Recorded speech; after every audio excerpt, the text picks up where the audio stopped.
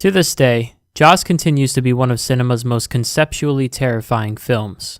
It's come to such a point that this writer can confidently say, even nearly 2 decades after having watched it for the first time, I still hesitate to take a bath without calling the relatives, just in case. But then, after this film, why would anyone ever trust the water again? And more importantly, why does it have such a lasting effect? How could a movie whose plot reads like a B-script sci-fi special produce 4 decades of cold-blooded influence on American cinema and culture? Simple. To play it on words, Jaws shows us that depth isn't always beneath the surface. Sometimes, it's right where we're standing. Dry land. Or more specifically, Amity Island. It's so clever that they chose to represent a story like this. How's that? How? With color. I mean, think about it. Watch the film from start to finish and determine how much time is actually spent in the dark versus how much of it is spent in the sun. And then realize that most every time we see the iconic fin peeking out from beneath the surface, it's done in broad daylight. So why is it so scary when most horror thrives in dark places? Do you remember the word I used at the beginning of this video? Yeah. Conceptually. Not visually or audibly, not even practically, conceptually.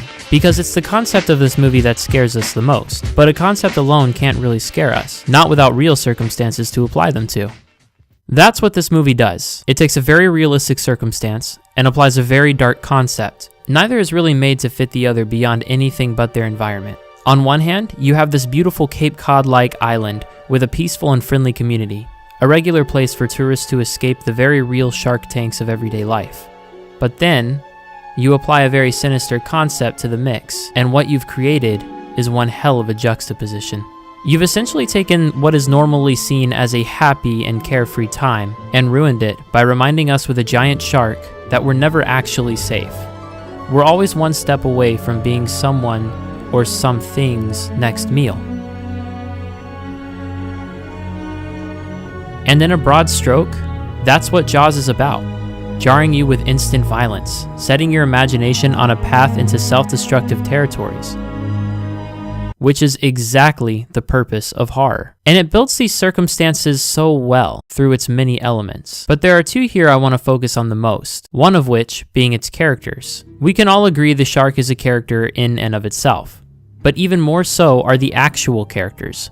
Well written, flexible in their nature, and very human characters. These are people.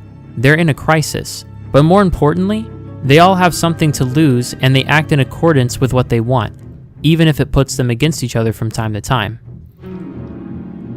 Take our main protagonist, newly appointed Chief of Police, Martin Brody. His purpose for being written is being vulnerable, but at the same time, being capable of respect. So that we, as the audience, not only root for him, but project ourselves onto him because he is the embodiment of bravery. But he is vulnerable because he has so much to lose. His family and the trust of a community he swore to protect. And he has to fight for all of this, while tackling an already established fear of the ocean. He is our fish out of water, even more so when he's in the water. But I could go on all video about these characters. Mayor Larry Vaughn, oceanographer Matt Hooper, and Quint. All of these characters become real enough within the span of a nearly 2-hour runtime. And we, as the audience, finally have something to lose, something we're invested in. Now the shark goes from scary to terrifying. And what's more, the film tells us just how to feel about it, through one of the most suspense-inducing soundtracks I've ever heard, and our second element. Of course, we all know the iconic score, the main theme. It's in pop culture, and is arguably more popular than the shark itself.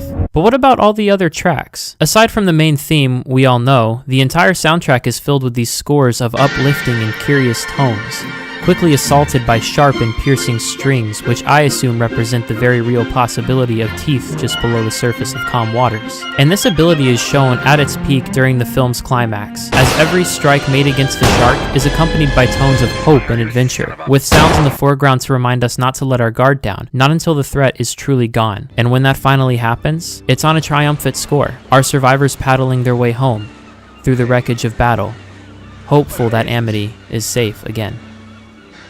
Until you realize there's like 4 sequels. Sorry, Brody.